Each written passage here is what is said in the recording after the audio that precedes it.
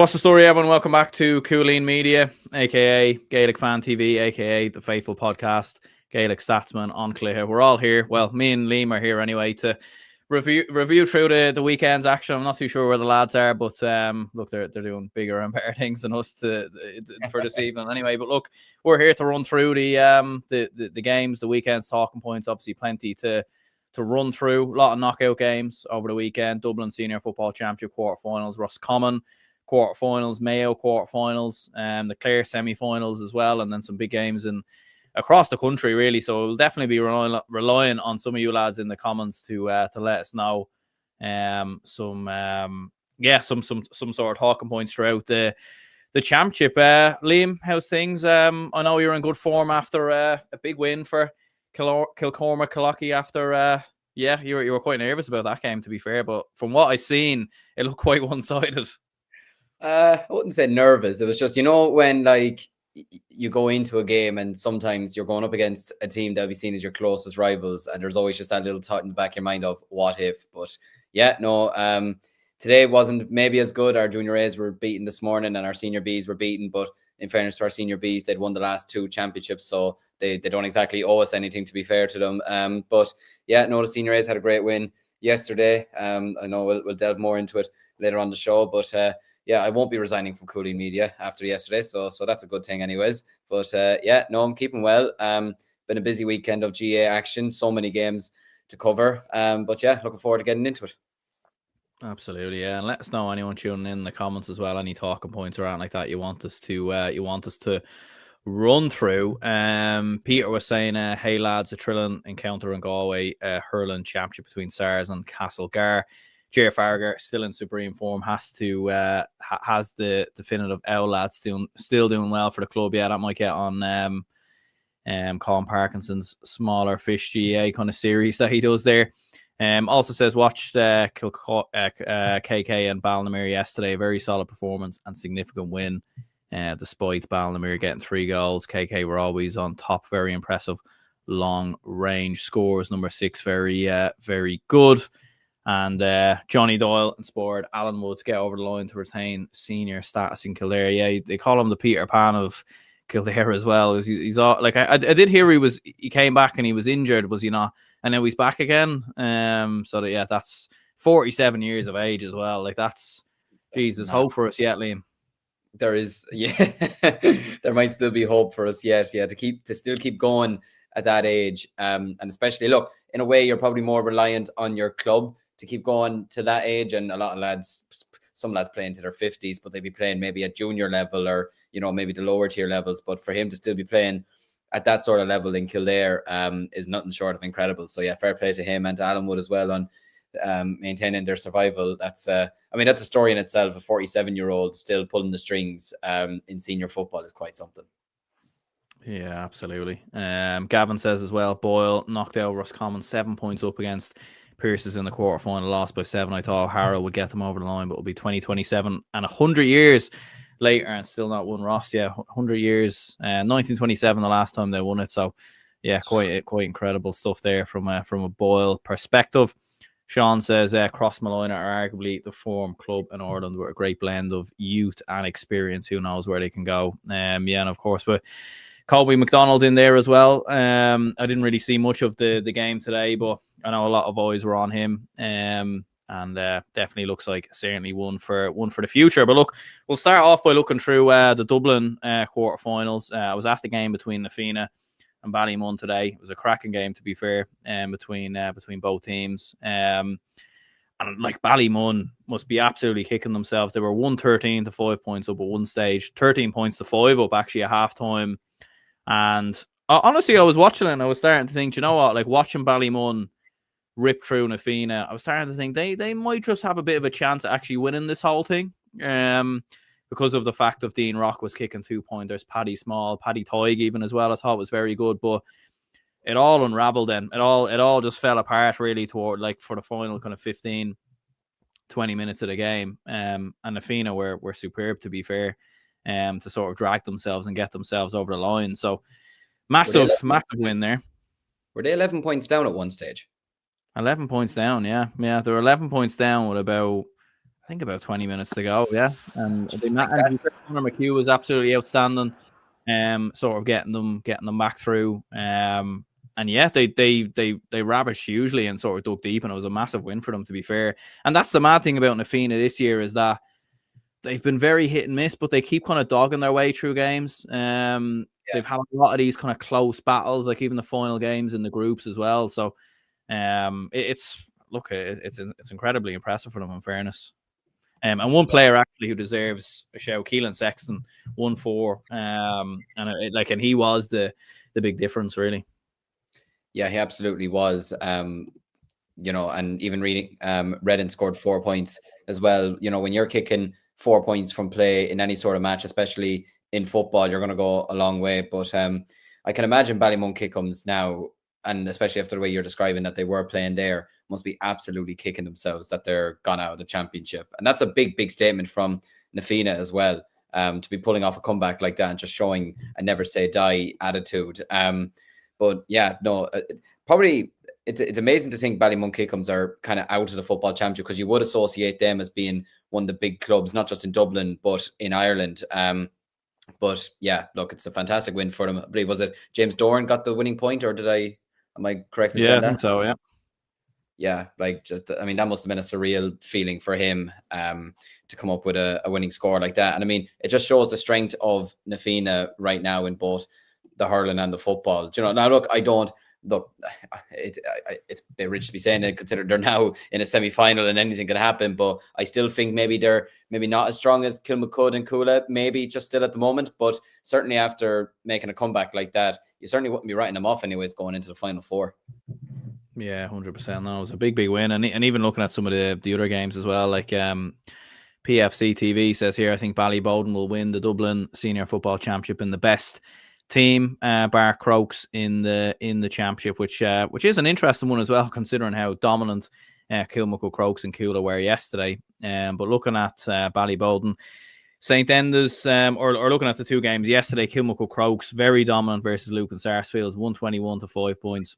Coola very dominant as well versus Clontarf, 420 to 12 points. And then today, big win obviously for Ballybowden St. Enda's as well versus Castleknock, 11 points to 1-5.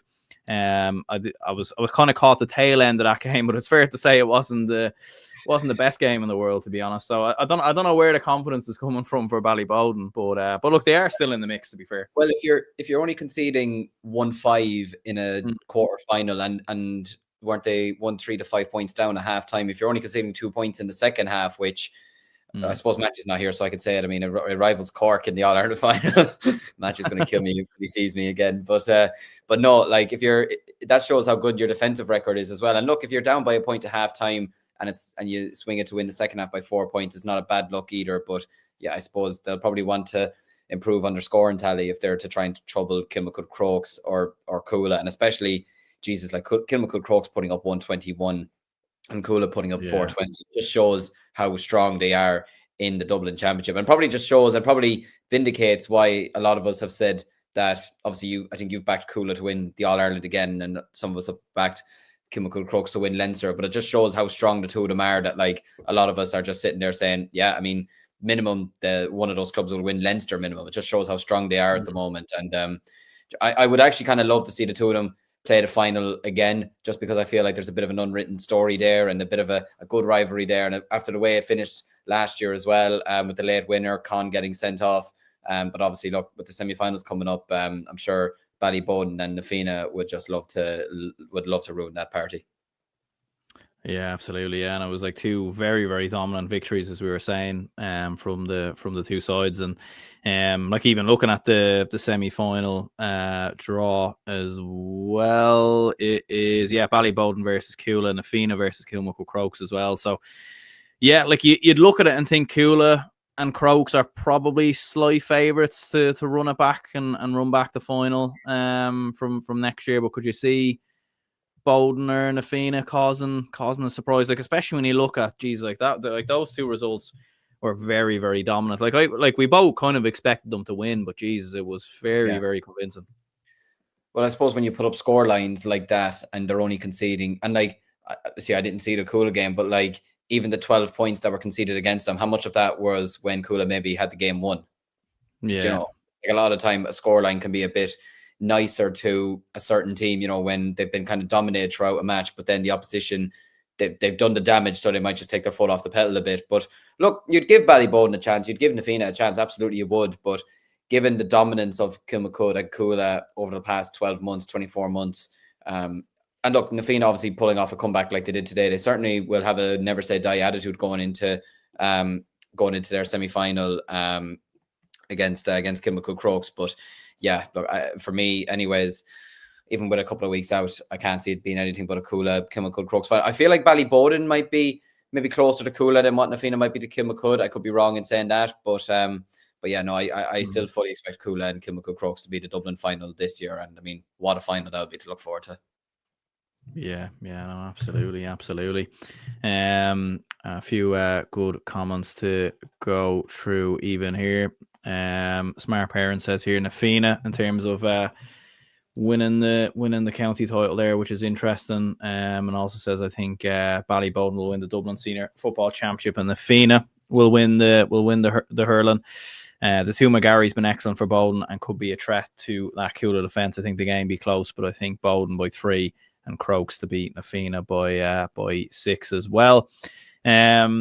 Looking at the Mayo Senior Football Championship then, massive win for Crossmolina earlier today, 124 to 13 points. I mean, there was a lot of hype, like the game was on TG Cahir, I believe, as well. It was a lot of hype kind of coming into this game. You had Kobe McDonald for Crossmolina, you have Jordan Flynn obviously in there as well. We know the influence of Ryan O'Donoghue for Belmullet as well.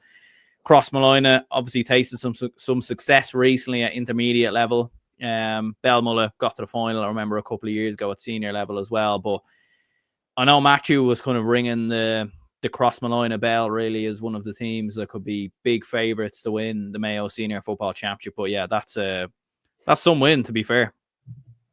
Yeah, it's a savage win. You know, to pull off a 14-point win like that is absolutely fantastic. I suppose claiming a victory over Belmullet like that, it's fantastic, and they showed exactly why they're contenders once again for back-to-back titles. I mean, they started very, very fast from the get-go. They were on fire. Dylan Flynn opened the scoring within 90 seconds. Colb McDonald added 2 points shortly after. Jordan Flynn basically controlled the midfield. Oisin Dean and McDonald were adding scores. You know, they were pushing the gap to 6 early on. And yeah, Belmullet were just really, really struggling. I mean, they were playing into a strong wind, but they kind of struggled to break through Crossmolina's defence. They only managed to get sort of sporadic points from Ryan O'Donoghue and Gary Boylan. But like, they were 10 points down at half-time, so they were really leaving themselves a lot to do in the second half. And really, Colb McDonald just was on fire today. There's no question about that. He continued his dominance into the second half. Got his goal as well, which was very, very well taken. And look, there was Anthony Barrett and Shane Nallen. They kind of briefly brought Belmullet's hopes back into it, but really it was kind of short-lived, probably fair enough to say. Fionn Duffy and others got some other scores as well and kept their scoreline ticking over. But yeah, look, Crossmolina's hunger and their tenacity was kind of brilliant. Was brilliant to watch, to be honest with you. And I think more than maybe just winning the Mayo Championship, I think they showed maybe some intentions today of trying to win the Connacht Championship as well. When you're putting in a sort of dominant performance like that, and it's sending out a message to the rest of not just the county, but to the rest of the province, really. You know, whether you're putting out your statements to Salt Hill, Knocknacara, or to, in my case, hopefully Porrick Pierce's. Hopefully that doesn't come back to bite me in the arse. But you know, just some of these clubs, you know, you're putting out a big statement like that. It's absolutely crucial. So yeah, no, big performance from them. For Belmullet, probably a lot of soul searching after that defeat. Yeah, like, and it's an interesting one as well with Mayo clubs. Like, they don't really tend to do that well in the Connacht Club Championship. I can't remember the last. It might have been Ballintubber, maybe the last Mayo team, that actually went and won a Connacht Club Championship. So they don't tend to do too well. And even looking at some of the other games in Mayo as well, like Westport, Bet Brafey 216 to 116. Ballina Stephenites with a big win there as well versus Ballydoreen 114 to 2-6. And then yeah, there was a big win for Knockmore as well. They got the better of Ballintubber, who we even mentioned there, 3-6 to 9 points. So Joe Brawley lives on with Knockmore for a while longer anyway. Would you be reckoning Crossmolina then to be the top dogs in Mayo then at this stage, do you think then, or would you be looking towards anyone else? Judging by this performance, I definitely will be, and the fact that they are defending champions as well, when you're putting in sort of statement performances like that, because like at the end of the day, that is a statement performance, winning by, was it 14 points, over a decent side like Belmullet. They're not exactly a weak side, so to be putting up a scoreline like that, I think you have to be backing them. And yeah, like you mentioned there, I think it was 2015 the last time a Mayo club won the Connacht championship, and I think it was 2020 or 2021 the last time one of their clubs. It was 2021, not more, the last time that they reached the final. So I feel like if a team is to get to that sort of stage this year or over the next year or two, I feel like it has to be Crossmolina, Del Rovers, and especially when you've got Cole McDonald in your squad. Jordan Flynn I really, really like as a footballer as well, when he's allowed to sort of express himself a bit more. I felt like maybe he didn't get to do that a lot maybe this year, but yeah, no, I think when you got players like that, and when they're in form and they're banging in goals and they're able to create moments out of nothing, I think you got to back them to win the Mayo Championship. Yeah, Sean says here Westport 2017, I think it was the last time a Mayo club won a Connacht club championship. Might have been intermediate though. I don't know if that was senior. But Peter does say, Carfin won in 2017. I remember they did the 4 in a row.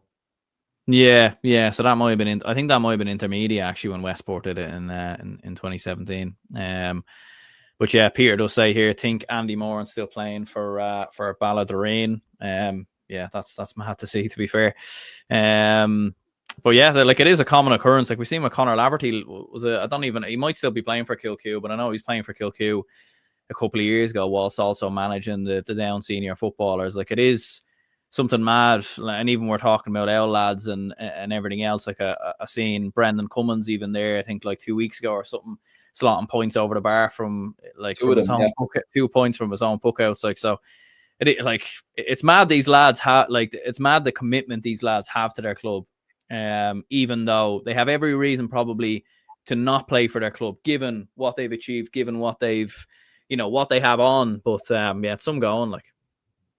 Yeah, no, I'm sure we even, excuse me, I see it in Offaly as well. Like even said the likes of Trevor Fletcher tugged out with us 2 weeks ago at Junior A, and then was on the road to, I believe, to Athenry to coach St. Thomas's for Galway. Just a lot of these lads, they still have a passion for playing the game for their clubs, but then obviously, look, they have the sidetrack of coaching a club or coaching a county. But I suppose it's kind of like when professional wrestlers, they don't retire. It's like when they retire, they don't know where to go or they don't know what else to do, so they keep doing it because it's like a big purpose for them in life. But look, it's never a bad thing either. I mean, seeing Brendan Cummins do that a couple of weeks ago, I mean, if I tried to strike a ball over the bar for my own goal, it wouldn't go too well. Never mind trying to get the accuracy, trying to get the length in it would be impossible. So for him to be doing that at 50 years of age, or Johnny Doyle to keep playing at 47 at senior level, is incredible. Andy Moran still playing as well. It's just fantastic to see. Yeah, Peter says here, I think one of the Carlow keepers is 48. Yeah, I think that's Frankie Foley actually of Mount Leinster Rangers. It's actually funny, like I've been doing some research recently, working on something about older players like still playing for their clubs, and everyone in the comments keeps talking about them. So I don't know if you're like reading my mind or something. Like it's a little bit strange, to be honest. That's all kind of coming up. But yeah, I think it's Frankie Foley, funnily enough. But yeah, GA Central says this is the best place to keep up with the club championship. Yeah, no, appreciate that. And yeah, I've seen your comments as well about Galway as well. So we'll definitely get onto that. Don't worry about that. Moving on to the Roscommon Senior Football Championship quarter-finals. Pádraig Pearse's lived to fight another day. Once again, they got past Boyle. Again, they needed extra time. Just like they did versus Oran, I think during last week. So they beat Ball 123 to 118. Clonagale beat Elphin 16 points to 1-8. St. Fotlux beat Michael Glavies 120 to 118 as well. And then the game yesterday, I should say, there was a quarter final there as well, which might have disappeared on me. But we will find that No, I can't find it. So yeah, we'll just have to go with them 3 ones for now, unfortunately. It just doesn't exist. No. Um, just vanished into thin air. So there you go. There you go. It just never happened, lads. There's only 3 games that happened. But yeah, no, I suppose the big one that's probably the big standout was Port Pierces against Boyle.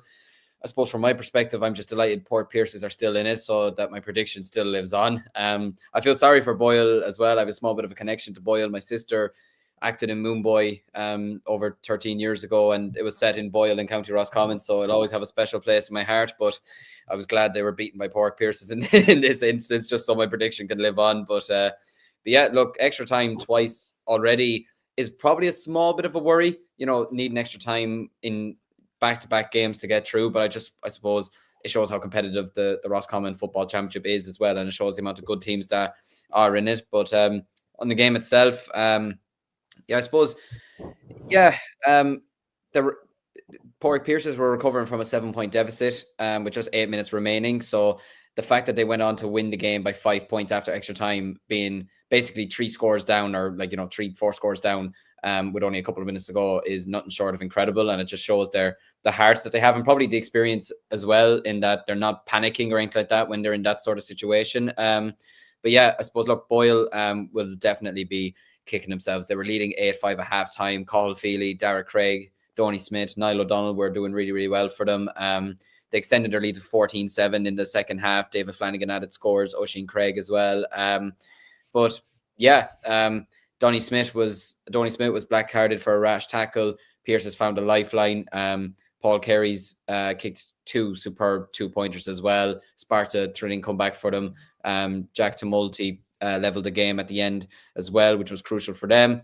And yeah, Pierce's, I suppose, seized control in the second half. Hubert Darcy got a goal, and Carey and Darcy added on points as well. And look, Cian McKeown did manage to pull a goal back for Boyle, but Pierce has held on to secure the win. And now they're going to be in the semi-finals against either Michael Glavies or St. Fatlux. And yeah, look, they're in a great position.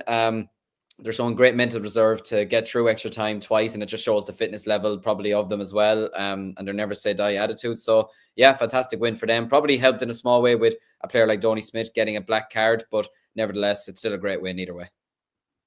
Yeah, and Gavin was saying here it was Bridges versus Roscommon Gales on Friday. Yeah, so that game was actually 118 to 1-7 for St. Bridget's there. So yeah, they do stay alive as well. Looking at the Armagh Senior Football Championship then, I'm going to run through some games there. So St. Pat's Cullyhanna beat St. Peter's 3-17 to 19 points. So big result for them. Crossmolina Rangers as well, big results, 220 against Carrickcruppen 117. So Crossmolina Rangers are still alive as well. And yeah, so 2 big results there. And then Madden beat Mahary 16 points to 112. And I think Clan Éireann versus Killavy is actually still ongoing, I think, at the moment. So but yeah, some big results there. Crossmolina obviously have some big stars within their ranks, so they're still in it as well. Yeah, fair play to them. A big win for them in the Armagh Football Championship. Probably, look, they're a club that are steeped in history. They're a club that have done so much over the last couple of years. What was it, 13 in a row they did in Armagh, I think, or something like that. Yeah, something crazy like that. Like is it? I think Ballygunner are 1 or 2 off breaking that record, and if we're being honest, they probably will break that record. But yeah, no, they're still going strong. Strong win for them, 6-point win. The Armagh Football Championship is extremely difficult to get out of, and they always have great teams coming out of that. So yeah, be interesting to see over the next couple of weeks if Crossmolina Rangers can go on and win it. But yeah, no, some very good results in Armagh. Yeah, and just looking at it there as well, like Clan Éireann beat Killavy 17 to 112 there as well. So some big results there. Gavin says Pierces and Bridget starting to show the form that's probably going to be the final. Yeah. Yeah, like it always is kind of that way in Roscommon, to be fair. I know obviously Strokestown had the 1 year where they kind of went and kind of upset the apple cart, but yeah, like, and I suppose it does show Pádraig Pearce's resolve, like as you were saying there, like continuously being able to dog their way through these games. And we saw that so many times as well, like even when they were in Connacht as well, when they were battling through Connacht, when they were getting into the All-Ireland series. So they have geez, they do have tremendous resolve within there. Yeah, they absolutely do. No, and it I suppose it helps a lot over time when you are consistently winning. Like sometimes if you're a club maybe that's not used to winning, you could be 7 points down in a game with a couple of minutes to go, or you could be in a position where you just say, we're not going to win this. It's not our day. We don't have it in us. But if you're a team like Pork Pierce's, or if you are, like I say, Bridget's, who have good history as well, and you've been in that position of you've been winning over the past number of years, or you've been competing well over the last number of years, the belief that you have in yourself going down the final stretch kind of stands to you. And you sort of have leaders in your team that say, we're not going out today, or, if we're going out fighting. So, it's brilliant for Pork Pierce's. I hope to God, for the sake of my prediction anyways, of winning Connacht, that they win the Roscommon championship. Can they if they at least win the Roscommon championship, I'll be like, okay, I'm satisfied enough with that, even if they don't win Connacht. But as long as they don't keep going to extra time. But if they want to keep going to extra time and winning games, then off with them. But they'll have an interesting semi-final lineup. But I'd say it probably will be them and St. Bridget's in the decider. Yeah, and I think I back St. Bridget's as well to come through Connacht, so we might be rivaling a little bit there maybe when it comes to it. We'll do a hate watch if it's on TG Car in a few weeks. Yeah, absolutely. Yeah. I don't know. Yeah, you can get yourself a Porrick Pierce's jersey. I'll get a St. Bridget's jersey or something like that. A friend of mine who works at iRadio now is a Porrick Pierce's woman, and I can remember after they lost the Connacht's final and we lost the Leinster hurling final last year, and I just texted her a couple of days after, going, "How are you feeling?" She goes, "I hate my life," and I just wrote back, "Same." So that was fun for a couple of days.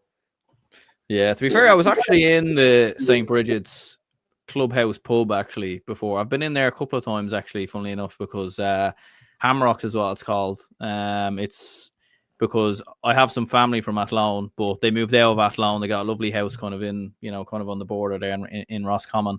Yeah. And I do actually remember after 2013 when they beat Ballymun in the All-Ireland Club final. I was actually in that pub like a couple of weeks, might have been a couple of months after or something like that. And no word of a lie, they had the game on every TV on repeat. So like as soon as the game ended, it just started again. So they just had the game on full repeat, and it was like, I remember it was kind of at a time when there was a lot of other things going on as well, and it was like, geez, do they just have that on repeat? Now, thankfully enough, I have been there multiple times since, and they are playing other stuff now. But Jesus, yeah. So well, that day, unfortunately for me, is the day we lost. Before that All-Ireland final, we lost the one to St. Thomas's. So unfortunately, the St. Bridget's, I don't remember that day fondly at all. But obviously, I was delighted to see them winning the All-Ireland that year, and to do it against that Ballymun Kickhams team as well was really, really impressive as well. But do you know what it is? When you win an All-Ireland club title, you can't blame them for playing it on repeat. I suppose it's a fantastic achievement for any club. I think it was their first All-Ireland win, wasn't it? I think that was the day when I think that day not one of the four clubs that were in, including my own, were ever in an All-Ireland final before. So I suppose you can't blame them, but yeah, it's nice to see them not playing it still to this day. You might go down next week and they might play it. You never know now that you've said it. Yeah. I know, like there's still plenty of memorabilia around there anyway, and plenty of things there to remind you of anyway. But yeah, no, you couldn't really begrudge them, to be fair. GA Central says here, Clooney Quinn and Eero Ennis to contest the Clare hurling final. Might even touch on that next, because that was obviously two big results there. Clooney Quinn 415, Ballyea 219, and then obviously on the Saturday then as well, in the Clare hurling championship, or even touching on that before I can get the other result. Like that's a massive win for Clooney Quinn. It's a fantastic result for Clooney Quinn. I think I read somewhere that it's like going to be a 12th different winner in 22 years or something like that in Clare, which is just absolutely insane. You thought Fecal winning it last year was a fantastic feat, and now you'll have Clooney Quinn in the final against Éire, which is a fantastic final to see. Really, what's kind of let Ballyhea down is sort of probably something that's probably, well, I wouldn't say let them down over the years, because I know he got the great goal the last day, but he maybe wasn't at his absolute best. But Tony Kelly scored 114 out of 219. And he didn't really have kind of much else helping him, really, to be honest. And it's no disrespect to his teammates, and I know when you are someone like Tony Kelly, you're going to be relied on a lot. but still to be scoring 114 out of your club's 219, like he needs backup from somewhere. Do you know what I mean? But listen, it's take nothing away from Clooney Quinn. That is absolutely fantastic for them. Peter Duggan scoring 110. I think he got 1-2 from play. Jerry O'Connor got the 4th goal in injury time to seal the win, and Peter Duggan set up that goal as well.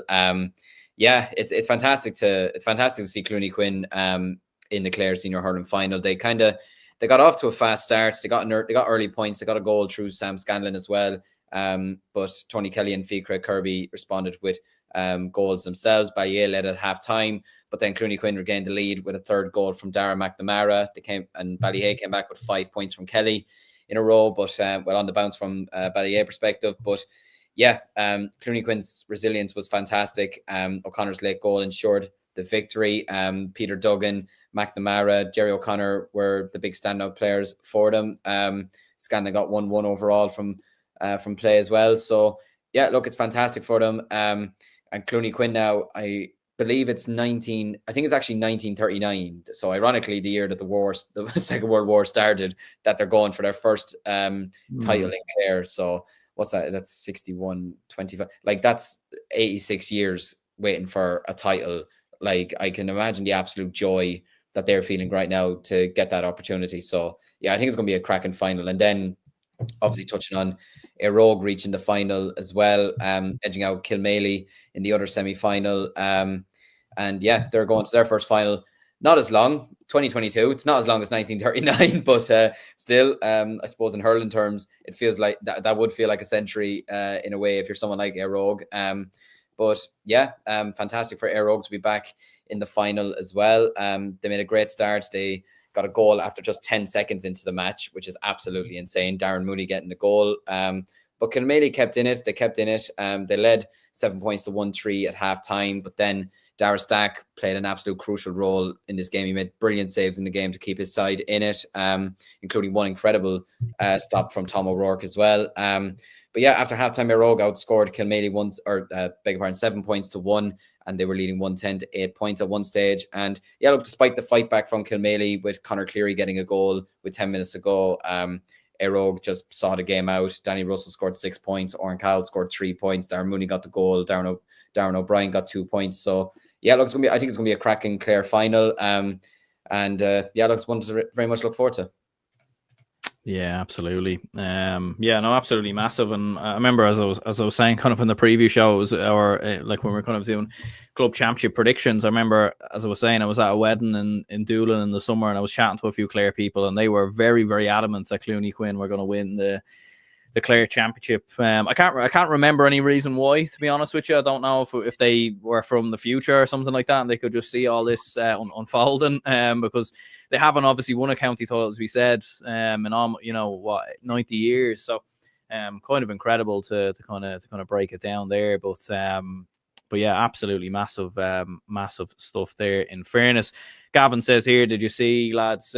Bill Murray was watching some club action in Clare. I didn't see that actually. Did you know, Anne, about that? I saw like a picture or something like that. I don't know the full details, but yeah, I saw something about it.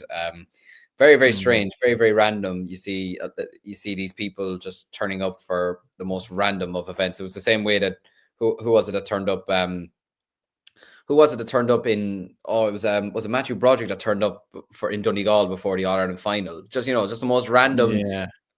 Just the most random of appearances before big matches. But it's I think, do I have it here? Yeah, he was at the, I think you can see it there. Maybe he was at the. That's mad. Yeah, I wonder, like, does he must maybe know a player or something like that? There must be a connection there somewhere, because it feels like such a random place to. Maybe he's just a big fan of the Clare Hurling Championship. Who knows? Well, like it wouldn't be like Seamus Coleman turning up to a Donegal football match, or Shane Lowry turning up to an Offaly hurling match. This is just very random. But I suppose if he didn't know what hurling was before it, or if he didn't know what Gaelic football was before it, he certainly does now. So yeah, absolutely. Yeah, and I remember like KSI before in a Laois jersey. Yeah, he obviously had that iShow speed fella. In what was it, in Fermanagh or something? Yeah, so they I don't know, like they always go to the most random places, but to be fair, it's probably quite good, because it probably would be quite boring if they all just came to Dublin or Cork or something like that and did the whole stereotypical thing. Like, at least they are proper, like, because obviously in Dublin, as much as I love Dublin, there's a lot of things going on everywhere. There's a lot of clubs everywhere. There's no real kind of parish vibe or anything like that. And I feel like you do get that outside of Dublin a lot more so than you do get it in Dublin. So at least they are kind of embracing it that way. Yeah, absolutely. No, I remember that KSI thing happening, and then because I was in Sweden watching that video, and then I just see Vic Starr and Rotashaw in Tullamore, and I'm just thinking, what? That's just the most random thing. Why are they in Offaly? Why is KSI in Laois? Like, it's the most random thing. Great video, actually, to be fair. But it's kind of funny when you do see somebody photoshopped Dua Lipa in a Kerry jersey as well a few days ago. Like, just the most random photos. But sure, look, it's great. It's kind of funny when you do see all these celebrities mingling around GA clubs or random GA counties. But it's only good for the sport as well, probably. Yeah, absolutely. Maybe anyone in the comments as well, let us know as well if anyone ever famous turned up to any of your clubs or county championships or anything like that. Gavin will say here, Clare GA chairman Kieran Keaton in conversation with Bill Murray, the American actor and comedian, during the Clare Castle v Tubber game in Ruin. Yeah, there you go. So well, look, we hope he enjoyed himself anyway. The Galway Senior Hurling Championship, it was Tommy Larkins 222, Athenroy 212, Turlockmore 127, Kilmore Daly 110, Loughrea 415, Moy Cullen 13 points, and Castlegarb at Sarsfields 224 to 131 after extra time. So some big results there, and there was a few comments in there earlier about Tommy Larkins maybe winning the Galway Senior Hurling Championship. We'll try to get them up on the screen in a moment, but some interesting results there, to be fair. Yeah, some interesting results there. Obviously Loughrea trying to go back-to-back in Galway this year, putting up a big scoreline there.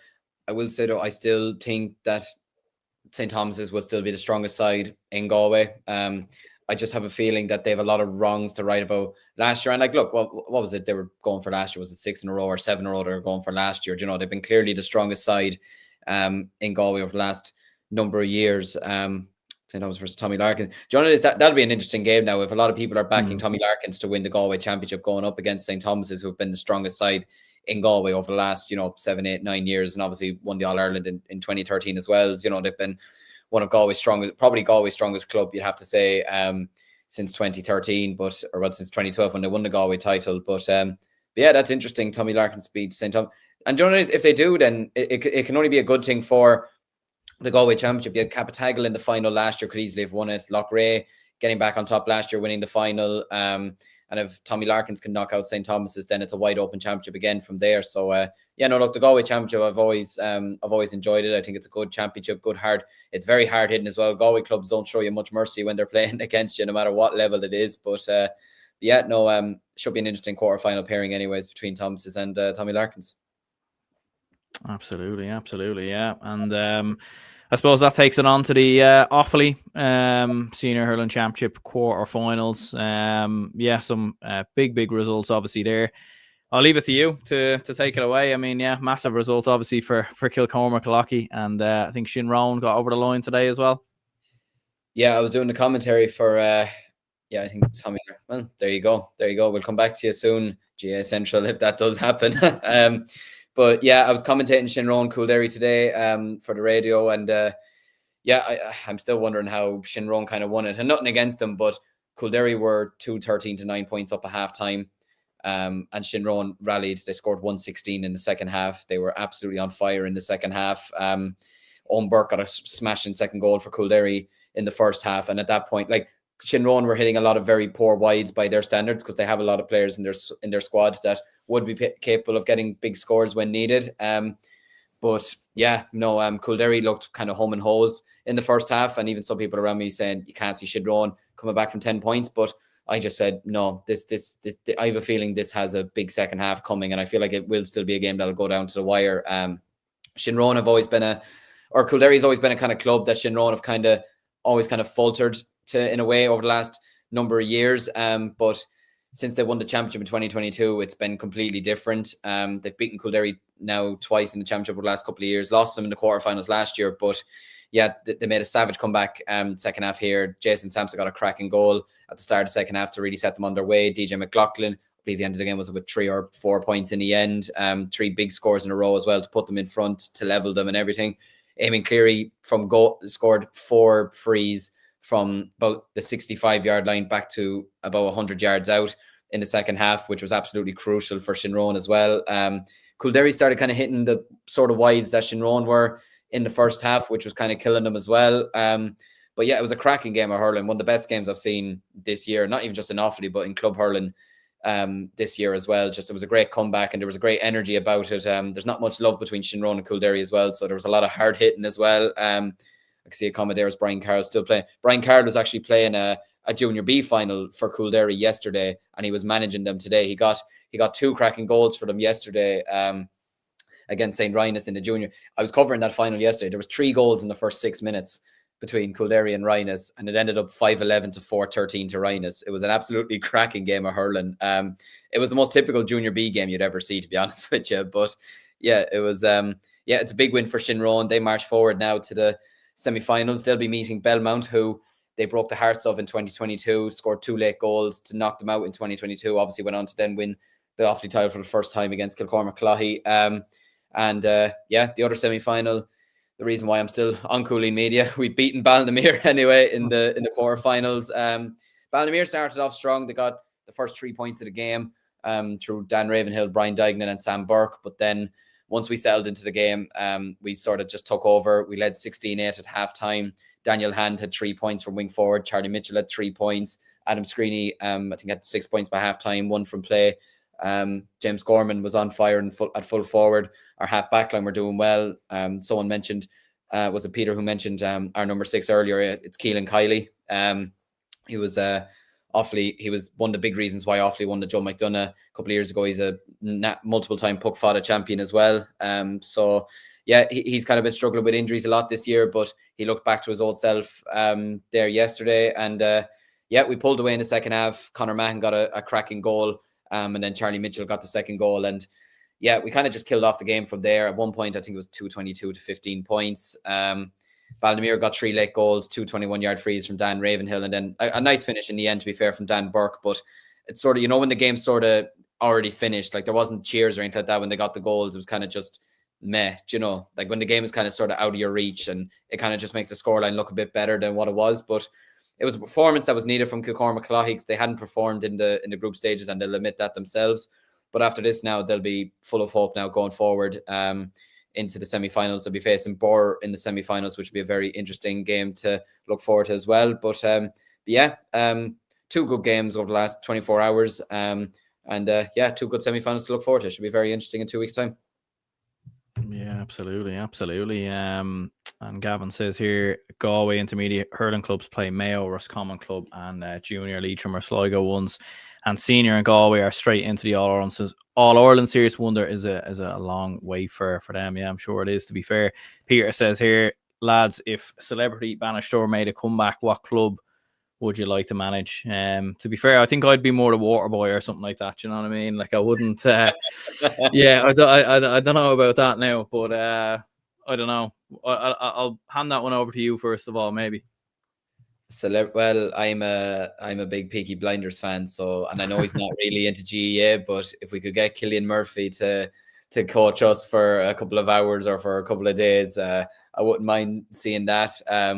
Might bring a bit of the Peaky Blinders attitude to the team maybe, and you might see guns, and you might see a bit of violence that maybe shouldn't be allowed, but he could bring Arthur around or whatever as well to do a bit of damage. But I'm a serious Cillian Murphy fan, so I'd probably go with him. But I suppose if I had to go with an Offaly person, I mean, look, who else but Shane Lowry, or maybe even Nicola Friday. She captained Ireland women's rugby team as well. She's from Kilcormac, so maybe someone like that. But Cillian Murphy overall for me would be the ultimate one. Yeah, no, I think that'd be good. I think Barry Keoghan or something like that would be good to get into a Dublin club or something of that nature. Or maybe for keeping it along the Peaky Blinders kind of aspect, you could have like a Tom Hardy or something like that, and pair them up against each other again, or something like that. There'd be violence anyway, that's for sure. Absolutely, yeah. No, so some good shouts there though, but yeah, do let us know in the comments as well. Just looking at the Cork quarterfinals as well. So Sarsfields, they are still alive, 22 points to 115. They beat Charleville. St. Finbarrs beat Imokilly 316 to 112 as well. And on the Saturday then there were some games within the Cork Hurling Championship as well that we'll come on to. But I suppose for Matthew Hurley, first of all, like he and his Sarsfields, they live to survive, to fight another day anyways. Yeah, it's a big win for them. Advancing to, is it their fourth? I think it's their fourth semi-final in 5 seasons. And yeah, look, you got to give credit to Charleville. They really tested them today as well.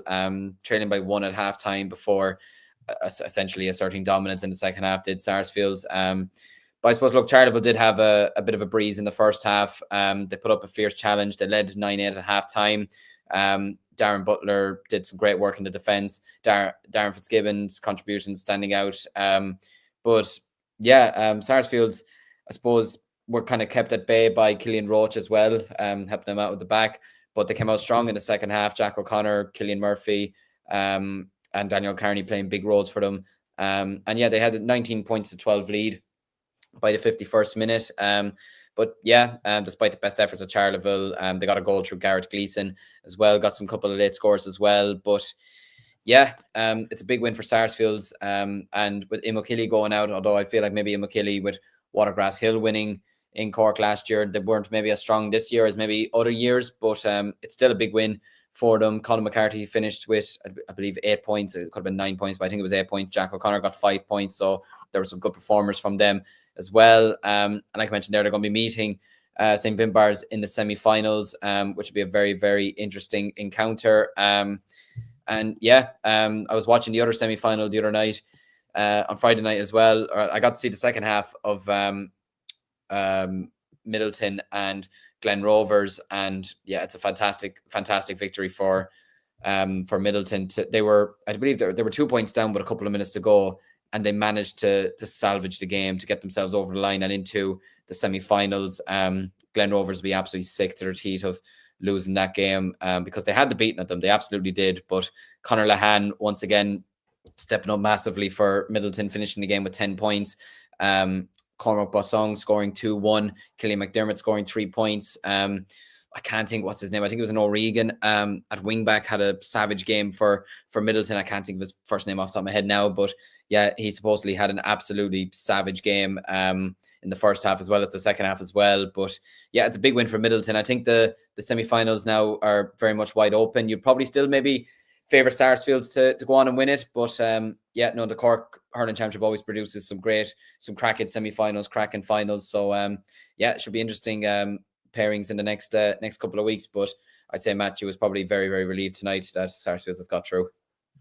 Yeah, absolutely, and I think it's Middleton versus Glen Rovers in the other semi-final as well. So that should be interesting to see, obviously, what happens there. Looking at the Kildare Senior Football Championship quarter-final, Selbridge beat Moorfield 319 to 116. Big win for Sarsfields as well, 221 to 217 versus Johnstown Bridge. Nice. It was meant to be a bit of a tricky game for them versus Clane, but they actually came through it quite comfortably, 122 to 13 points. So Philly McMahon's Nice survive another day, and Atoy beat Cara 3-7 to 10 points as well. So I was kind of looking at it and I was thinking, I was worried a bit for Philly McMahon and Nice after they lost, I think, the last game in the group stage, and coming up against Clane, who played them in a club final a couple of years ago as well, and also have some big players, but they came through it, to be fair.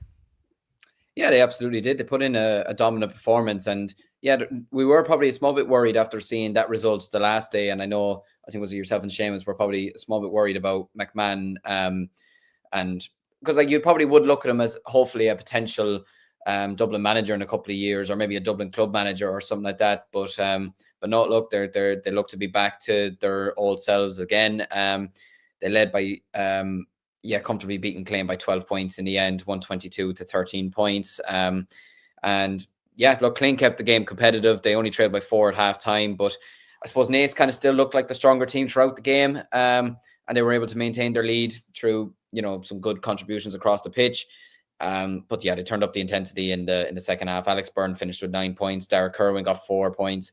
Ryan Sinke got 3 points. I mean, when you do sort of read out names like that, and Kevin Cummins as well, when you do read out names like that, it's kind of no wonder Naas have been the strongest side in Kildare in both codes over the last number of years, and they probably will continue to be by the end of this season. But yeah, it's a fantastic win for them to be moving on forward. Yeah, no, it's a great win for them, and I probably still have them as the ranked team to win the Kildare Championship.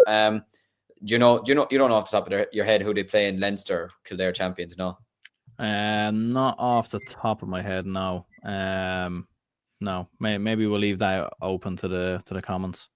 Yeah, I still feel like Naas have a good bit to give in the Leinster Championship. I feel like they'll be looking back at last year, and especially with Kilmacud Crokes not winning Dublin, and they probably saw an opportunity against Coola at home, and then to lose by 3 points. It was a cracking game of football. It was a fantastic game of football. I remember watching it, but yeah, they probably have a lot of regrets about last year. So I can imagine not only will they want to win the Kildare Championship this year, I can imagine they'll be eyeing up a Leinster title as well. And probably have regrets about the hurling last year as well, losing to St. Martin's at home as well, losing both quarterfinals at home as well. So I feel like Naas this year in both the hurling and the football. I know in the hurling they have to travel to Carlow, to Mount Leinster Rangers, so that'll be a very, very interesting fixture to look out for, albeit if Naas obviously do win the hurling, which I do expect them to do. But yeah, look, it's great for them to be still moving on forward. Philly McMahon might still get the Dublin job in a couple of years still, you never know, but yeah, great win for them to move on. Yeah, Peter says the old Naas manager is over Clane now as well, Paul Kelly. Yeah, so a bit of bit of rivalry there maybe, or something of that nature. But to be fair, I'm sure he's well respected within Naas after what he achieved, obviously, with them previously in the past. Some interesting games in the Kerry County Championship that started this weekend as well. West Kerry beat South Kerry 117 to 115, and David Clifford was in action, I believe, as well. For East Kerry, as they beat St. Kieran's 218 to 110. Mid Kerry beat St. Brendan's Bore 218 to 10 points there as well. Don't think Paddy Clifford was in action for East Kerry, but yeah, some interesting results there. And I suppose when you look at East Kerry as a whole and some of the players that they have, like they have some cracking players obviously available to them, albeit they are a divisional side, of course.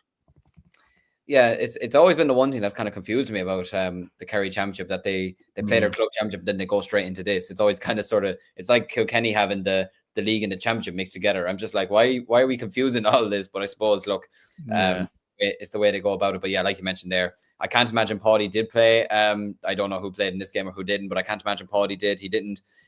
I think didn't he come off early in the intermediate final for Fossa there last weekend or the weekend before? But yeah, I can imagine David definitely did play this game anyways. They've Darren Moynihan there as well. You know, there's some really, really top class players. But yeah, look, good win for them to move on. Good win there for them over St. Kieran's, and Mid Kerry getting a good win over St. Brendan's Road. So yeah, look, some good results for them there. And I mean, I think did East Kerry win it last year, or am I mistaken? Who won it last year? Dr. Crokes won it last year, yeah. They won both. They won both of the championships, yeah. Yeah. But I can imagine after losing the final with Fossa, I can imagine the two Cliffords now will want to try and get some kind of silverware in the club scene this year by the end of it. 100%, yeah. No, he scored 1-5 versus St. Kieran's, and his cousin was playing as well, so there might be even another Clifford potentially on the scene here. So we don't need more of them, like, you know what I mean? Like, I mean, look, obviously from a neutral, you want as many great footballers as possible, but from a Dublin perspective, like, just give us a chance, like. It'd be like if you announced tomorrow you had another Conor O'Callaghan or something like that, you'd be like, no, just no thanks. But that's sure. Look, if they've got another Clifford coming through, then he's not exactly in bad company, is he? No, absolutely not. And to be fair, like, they are producing so many top players. I'll just fly through some other kind of interesting results that happened over the weekend. So in the Donegal Senior Football Championship, go Dobber, Bettkilcar 16 points to 110. St. Michael's got the better of Sean McCummels 26 points to 15. And then there was also two games that took place today. Nave Connell bet Thurman 212 to 211. So after Thurman got the better of St. Eunan's and that maybe controversial game. Unfortunately, they do go out today, and Four Masters bet Dunglow 20 points to 10 points. So some interesting results there in Tipper or in Donegal. In Tipperary though, in the Senior Hurling Championship preliminary quarterfinals, Drummond Inch bet Clonulty Rossmore 421 to 323. Kilrowan McDonough's beat Killadangan 319 to 315 as well. And in the Limerick Hurling Championship, Ballybrown bet there 20 points to 210. Kilmallock bet Monaghan 227 to 30 after extra time. Sounds like a cracking game there. So yeah, any standout results even for yourself, like over the weekend, that we haven't discussed, or anything else that that kind of stood out for you? I suppose even just some of the results that you mentioned there. Obviously, I know Tumivara also edged out JK Brackens yesterday as well by 18 points to 15. But yeah, there were some cracking scorelines in the Tipperary Hurling Championship. Kilrowan McDonough's 319, Kildangan 315. Sounded like a cracking game as well. Crulan led by 6 points after 21 minutes. They led 111 to 1-8 at the break. And they managed to see out the game in the end as well. I know Keane O'Kelly got 2 goals for them. Willie Cleary scored 8 points. Niall O'Mara got a goal and 2 points. So that's a great victory for them. And yeah, the other game, Jesus, like that 421 to 323 sounds like an absolute cracker of a game. So yeah, the Tipperary Hurling Championship is shaping up very, very nicely there. I believe the Nave Connell and Termon game as well, or Termon game, 212 to 211. Is a great way to win a game. Obviously, a terrible way to lose a game. But yeah, Finbar Rorty coming up with the late point, I believe, in that game to seal the win for them. So I can't imagine St. Unions are going to be too disappointed to see these lot getting knocked out. But yeah, that's a great win for them. So yeah, they're probably the big standout ones. I think was it Kilmallock pulled off a big win in the end, I think, after extra time in the Limerick Championship as well. So yeah, there'll still be a team that will absolutely be lined up winning the Limerick Championship in the end as well. Yeah, 227 to 30 points over Monaghan. Some high scoring games this weekend, that has to be said, which is great to see from club perspective in both hurling and football. So yeah, it's been a cracking weekend of some results. And then obviously, look, it's probably one issue as well. We kind of mentioned it before we came on air. Kind of games that have been kind of one-sided, because I know we did mention there was a game in Leitrim. What's the score that ended? I'm trying to find it here. Yeah, Ballinamore 8-16, Augerwillan 1-6. Like, that is a crazy scoreline, especially in a quarterfinal as well.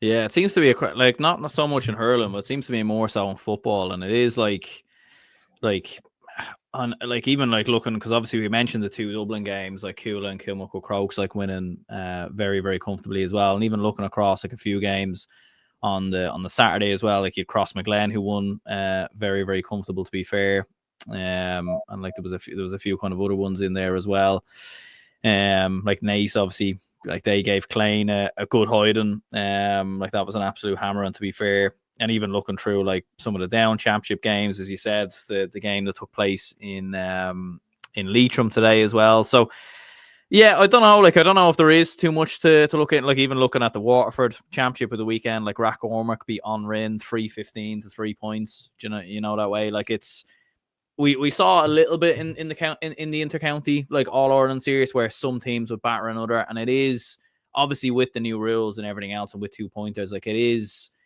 easier for the better teams with the better players to run amok a little bit more and kind of dominate. And we probably, at the same time, it does give the opportunity for the other teams to claw back. But that is maybe something that it maybe is a slight deficiency maybe with the new rules, is that one team can like run up such a huge lead, and the game can look a lot more convincing than it actually was. Like, it's obviously hard to know, but like even when you look at the All-Ireland final, like Kerry won that very, very handily as well. So could be something maybe for them to look at possibly. Yeah, potentially. Like, even seeing in Offaly last weekend, I know there is a big difference in opposition, but like Tullamore put 5-27 past Clonbelogue and they scored 1-5. You know, you're kind of seeing a lot of these score lines, and like you mentioned there, like only just taking the one I mentioned there as an example, like Tullamore would be a hugely more significant than say a Clonbelogue, you know, and it's not even Clonbelogue's fault, just Tullamore have a bigger population, they'll have a bigger core of players to pick from, and sort of same with Naas. Like Naas has a big population, so you're kind of expecting a lot of the best players to come from there.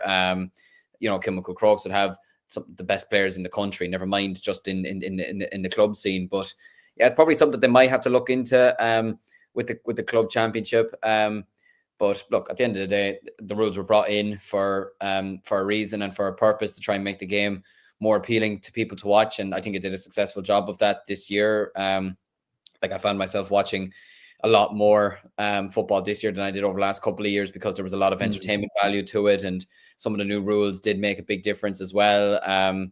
But yeah, look, it will be a small bit of concern for a club championship when you do see kind of big scorelines like you saw in Dublin, or you see there in Leitrim, or anything like that. But look, I suppose it's a conversation for another day. But yeah, I still think if you're given the new rules to everybody, and look, at the end of the day, you're going to worry about your own club and your own players. And you're not exactly going to tell your best players don't kick 2-pointers and show mercy, because it's just not the way it works in GA. Yeah, no, absolutely. Like, there's always the thing is as well, there's always going to be teething problems as well, and obviously last year was the first year of its iteration, really, so it is going to take a bit of time. Peter says here, Kerry system a bit mad, all right. Is there a team like Emo Killy with loads of clubs making it up? Yeah, I don't know the ins and outs as to how it works, but I know, yeah, like the likes of East Kerry, West Kerry, these kind of South Kerry, like they are all divisional sides that make up a number of different clubs. And I know players can change divisional sides as well. Like, I think if Fossa had won the senior championship, then they would have been in the county championship next year or something like that. Yeah, I don't know the ins and outs as to how it works, but yeah, we'll leave a Kerry man maybe to go and explain that. There was a question here for you, Liam, that said, who are you backing for the Offaly football championship? Tullamore, simple as that.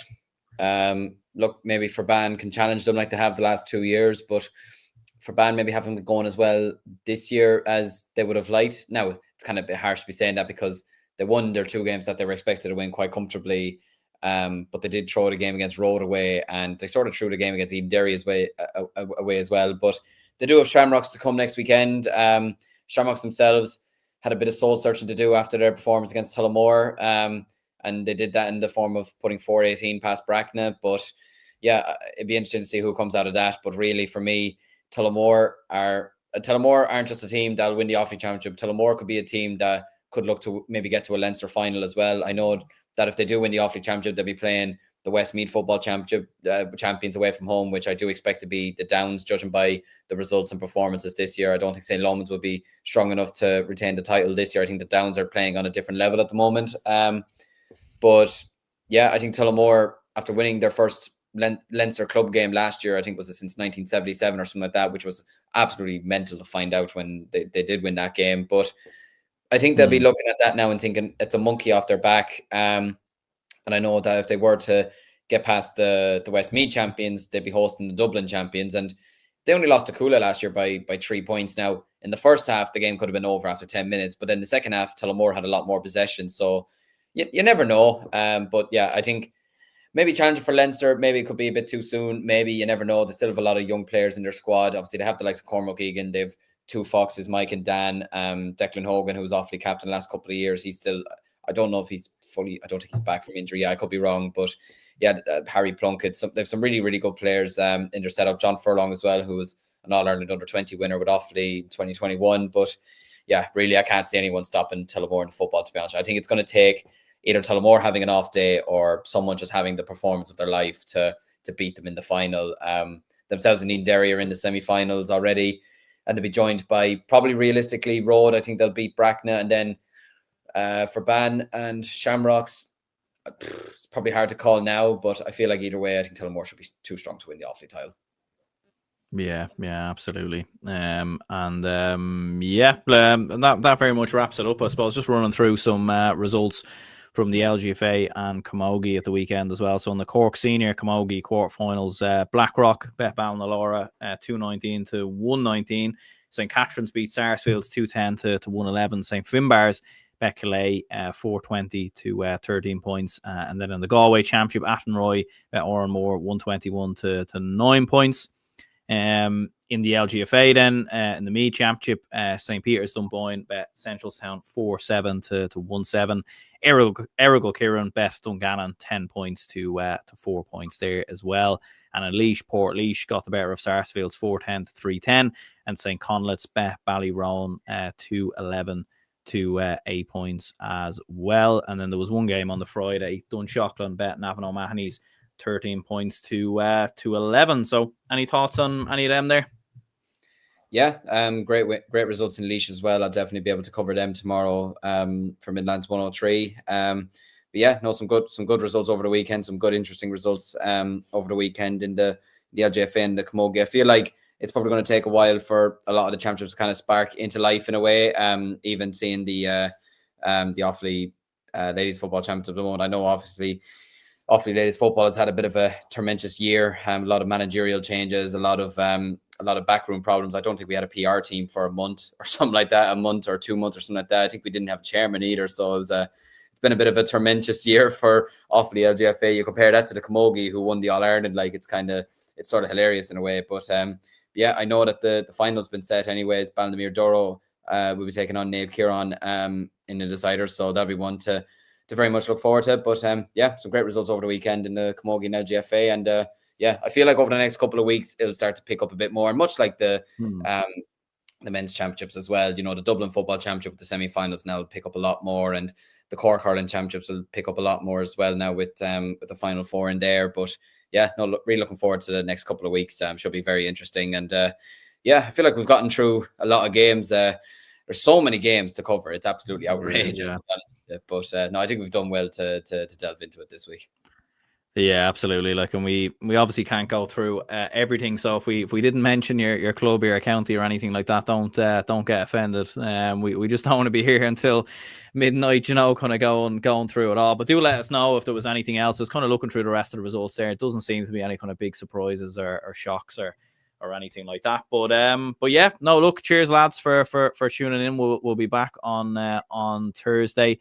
Peter does say here, thanks, Emil lads, great review. See you Thursday. And some good suggestions actually here from Gavin about celebrity banishtors. Gary Barlow, Mark Owen, Howard Donald, Jason Orange, and Robbie Williams managing Strokestown. Jesus, that's a lineup. That's panel there. Do you know what I mean? That is absolutely stacked there. Very, very interesting.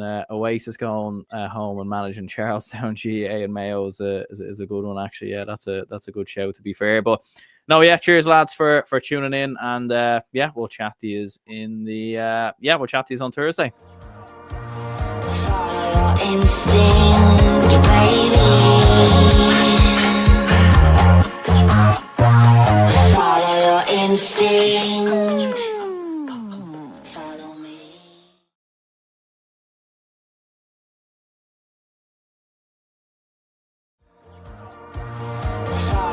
Instinct.